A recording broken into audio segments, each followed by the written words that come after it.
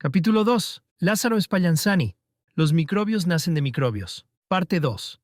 Los mismos hombres de ciencias eran partidarios de este modo de ver. El naturalista inglés Rosso decía enfáticamente: poner en duda que los escarabajos y las avispas son engendrados por el estiércol de vaca es poner en duda la razón, el juicio y la experiencia.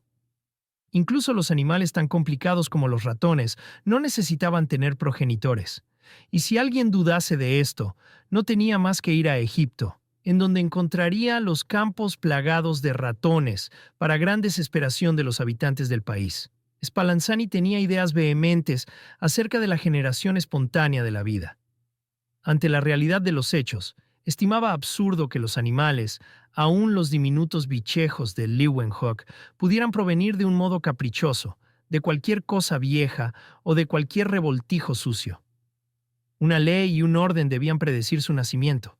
No podían surgir al azar. Pero ¿cómo demostrarlo?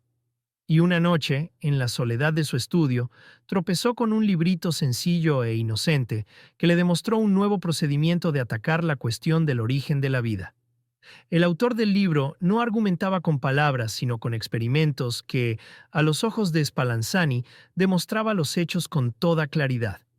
Redi, el autor de este libro, es un gran hombre, pensó Spallanzani, despojándose del levitón e inclinando su robusto cuello hacia la luz de la bujía. Con cuánta facilidad dilucida la cuestión. Toma 2 tarros y pone un poco de carne en cada uno de ellos. Deja descubierto el uno y tapa el otro con una gasa. Se pone a observar y ve cómo las moscas acuden a la carne que hay en el tarro destapado, y poco después aparecen en él los gusanos y más tarde las moscas. Examina el tarro tapado con la gasa y no encuentra un solo gusano, ni una sola mosca. Qué sencillo, no es más que cuestión de la gasa, que impide a las moscas llegar hasta la carne.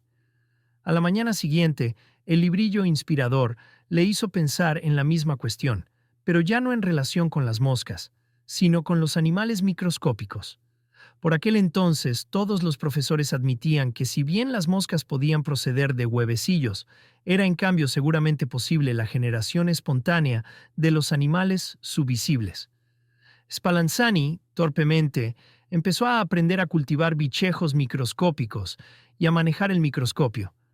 Por aquel mismo tiempo, otro clérigo, llamado Needham, católico ferviente y aficionado a imaginarse que podía hacer experimentos, iba adquiriendo celebridad en Inglaterra y en Irlanda con la pretensión de que el caldo de carnero engendraba maravillosamente animales microscópicos.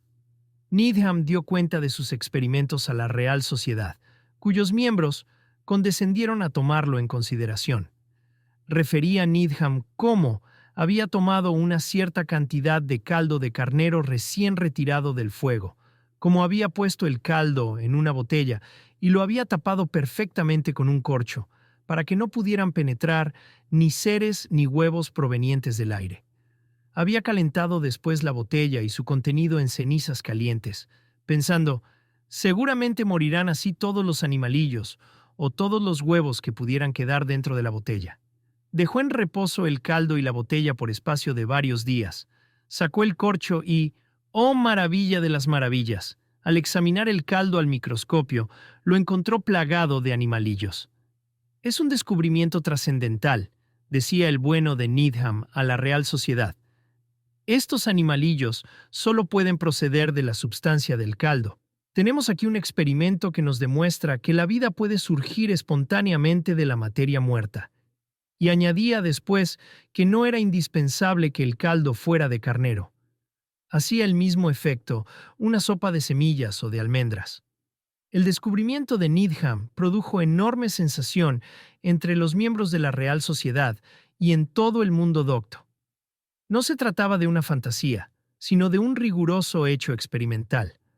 Los directivos de la Real Sociedad se reunieron y pensaron nombrar a Needham miembro de aquella restringida aristocracia del saber, pero allá lejos, en Italia, Spallanzani leía las sensacionales noticias referentes a los animalillos creados por Needham a partir del caldo de carnero, y a medida que iba leyendo, fruncía el entrecejo, y se le achicaban los oscuros ojos, acabando por bufar. Los bichos no nacen espontáneamente del caldo de carnero, ni de las almendras, ni de cosa alguna. Este experimento tan bonito es una superchería. Tal vez el mismo Needham no lo sepa, pero aquí hay gato encerrado y yo voy a destaparlo. El diablo de los prejuicios volvía a hacer su aparición. Spallanzani empezó a afilar sus armas para emplearlas contra su colega de sacerdocio, porque el italiano era un tipo duro que gozaba destruyendo todas las ideas contrarias a las suyas. ¿Por qué han aparecido esos animalillos en el caldo calentado y en las sopas de semillas? Pues indudablemente porque Needham no calentó la botella todo el tiempo que era necesario, y seguramente porque no la tapó herméticamente. En ese momento hizo su aparición el investigador que Spallanzani llevaba dentro. No se acercó a la mesa para escribir a Needham acerca del asunto, sino que fue derecho a su polvoriento laboratorio. Comenzó a poner a prueba, por desechar sus propias explicaciones. Needham no había calentado el caldo bastante tiempo. Tal vez existiesen animalillos o sus huevos capaces de soportar un calor tremendo. ¿Quién sabe? Ahora no solo voy a calentar estas sopas un rato, sino que las tendré hirviendo 1 hora, exclamó, y al mismo tiempo que encendía sus hornillos murmuraba, ¿cómo me las compondré para tapar las redomas? Los corchos pueden no ajustar bien y dejar que se cuele gran cantidad de cosas diminutas. Ya está, fundiré a la llama los cuellos de las redomas. Las cerraré con el mismo vidrio y cosa alguna, por pequeña que sea, podrá filtrarse a su través. Y uno a uno, calentó a la llama los cuellos de las relucientes redomas hasta que, fundiéndose, quedaron perfectamente cerradas. Dejó caer algunas cuando se calentaron demasiado. Se chamuscó la piel de los dedos, soltó unos cuantos garabatos y preparó nuevas redomas para sustituir a las rotas. Una vez que las tuvo selladas y dispuestas, murmuró, ahora les hace falta un buen calentón. Y durante horas, que se le hicieron interminables, cuidó de las redomas, que danzaban y se entrechocaban en los calderos de agua hirviendo. Hirvió una serie de redomas durante unos cuantos minutos solamente, y mantuvo otra a la temperatura de la ebullición por espacio de 1 hora entera.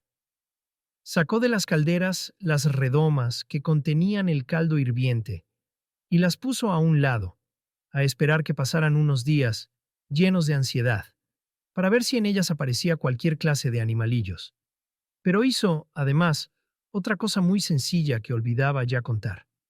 Preparó una serie duplicada de caldos en redomas tapadas con corchos, no selladas a fuego, y después de hervirlas durante 1 hora, las puso al lado de las anteriores. Dedicó los días que siguieron a múltiples cosas, que no eran suficientes para consumir su infatigable actividad.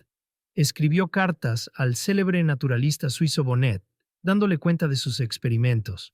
Jugó a la pelota, salió de caza y de pesca, y dio conferencias acerca de temas científicos. Un buen día, desapareció dando lugar a que sus discípulos, sus colegas y las damas se preguntaran, ¿dónde está el abate Spallanzani? Había vuelto a sus series de redomas llenas de caldos de semillas.